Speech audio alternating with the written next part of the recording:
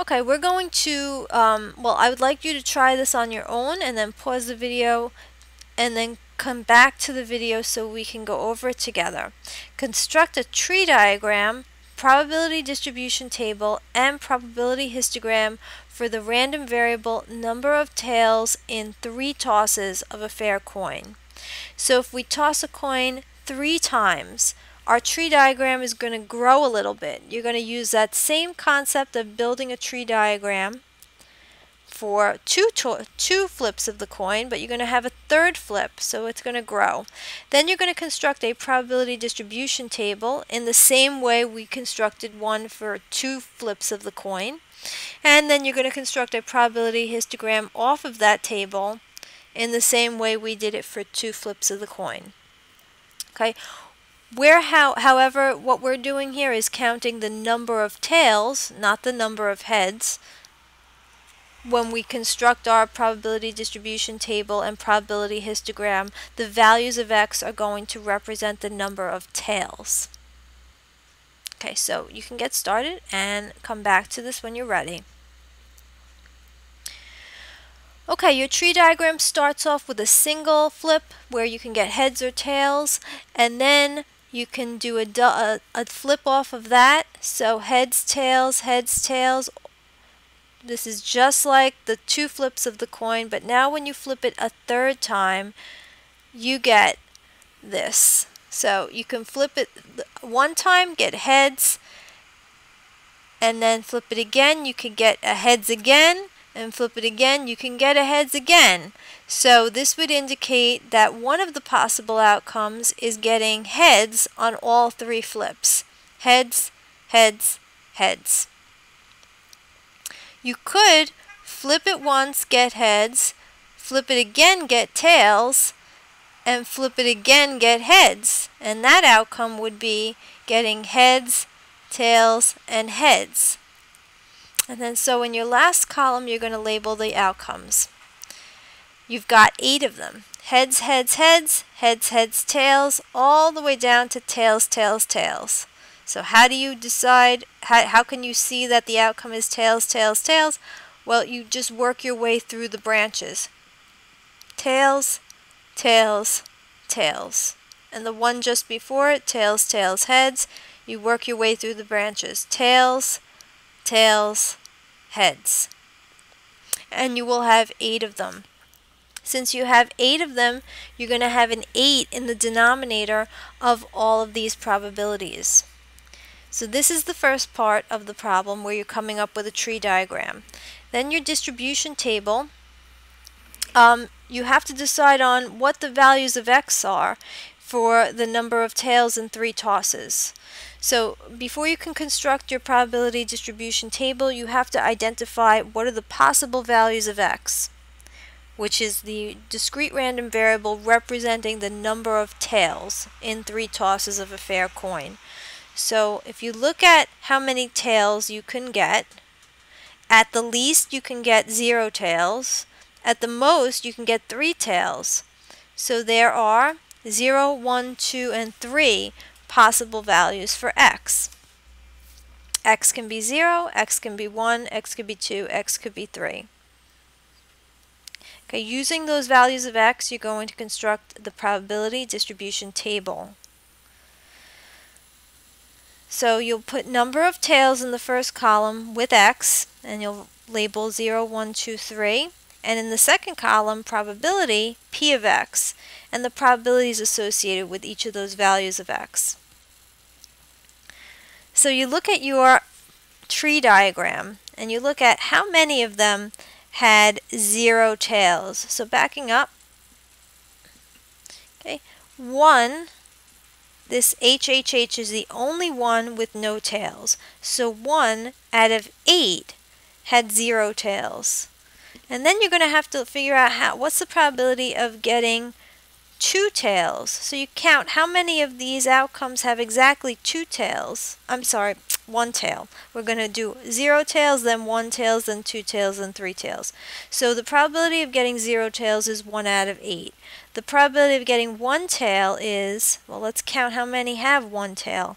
1, 2, 3, exactly 3. 3 out of 8 is the probability of getting one tail. And how many of these have exactly 2 tails? 1, 2, 3.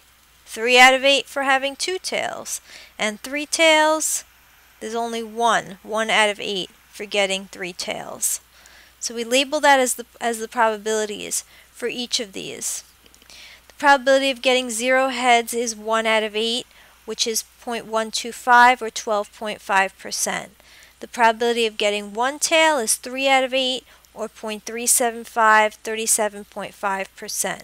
The probability of getting 2 tails is 3 out of 8 again. The probability of getting 3 tails is 1 out of 8 again. And that is the probability distribution table. Now we're going to use the probability distribution table to construct a histogram. How many rectangles will we have in this histogram? There should be exactly 4, because there are 4 different values of x. 0, 1, 2, and 3. So these 4 different values are going to be labeled on the horizontal axis, and each of them is going to have a rectangle with a height that corresponds to its probability. Okay. Now if we add up all of these probabilities, we get a value of 100. And it's coming out to perfectly 100 because we didn't round any quantities. As I said before, when we start rounding, we may get values that are slightly off. This is not going to be off because these are not rounded quantities. These are terminating decimals, which will perfectly add up to 100%. Okay, our probability histogram looks like this. On the horizontal axis, you're going to label the number of tails for x, which goes from 0 to 3. So 0, 1, 2, and 3. On the vertical, I'm going to scale from 10% to 60%, so I have a place for the probabilities. Now, the first probability was 12.5 and then 37.5. Okay, so the probability of getting 0 tails, I approximated the height of the rectangle to be about 12.5, so a little bit more than 10. The probability of getting 1 tail, and I estimated this at around 27.5. Okay, so somewhere between, a little bit between 30 and 40, closer to 40. And the same thing for the probability of getting 2 tails and the probability of getting 3 tails. So we can answer a question by looking at this histogram. If a fair coin is flipped 3 times, what's the probability of getting at most 1 tail? Well, the probability of getting at most 1 means 0 or 1. So we would take the probability of getting 0, which we found to be 12.5, plus the probability of getting 1, which we found to be 27.5, and add them up. And that would be the probability of getting at most 1 tail, which is 50%. So 12.5 plus 27.5 is 50%. Okay. That is the first half of chapter 6. Okay, so I want you to be able to look at a probability distribution table like the one for the size of the family or the number of televisions in a family, and be able to answer questions like what's the probability of a family owning 5 or more televisions, or what's the probability of a family owning less than 2 televisions, and be able to sum up probabilities based on the table values. Then I want you to be able to construct a histogram on classical probability examples like rolling a die or flipping a coin like we did in these last couple of examples, and then to construct probability histograms off of those probability distribution tables. I want you to realize how values of x are arrived at. Values of x are the possible values that x can assume. So when we're talking about the number of televisions in a family and we're told that no family can own more than 6 televisions, you should be able to identify that the values of x go from 0 to 6. And if we're talking about the number of tails in 3 tosses of a coin flip, you should recognize that the number of values that x can take on range from 0 to 3. Possible number of tails in 3 flips of a coin. Okay, when we move on to the next part of this chapter, we're going to skip over 6.4 and move into 6.5. We're going to be discussing more probability, and we're going to be discussing some probability concepts and questions that can't be answered using the methods that we saw today. So you do really have to understand what we're doing today before you can move forward with the next lecture. If you have any questions, you can email me or post the questions in the discussion forum. I'll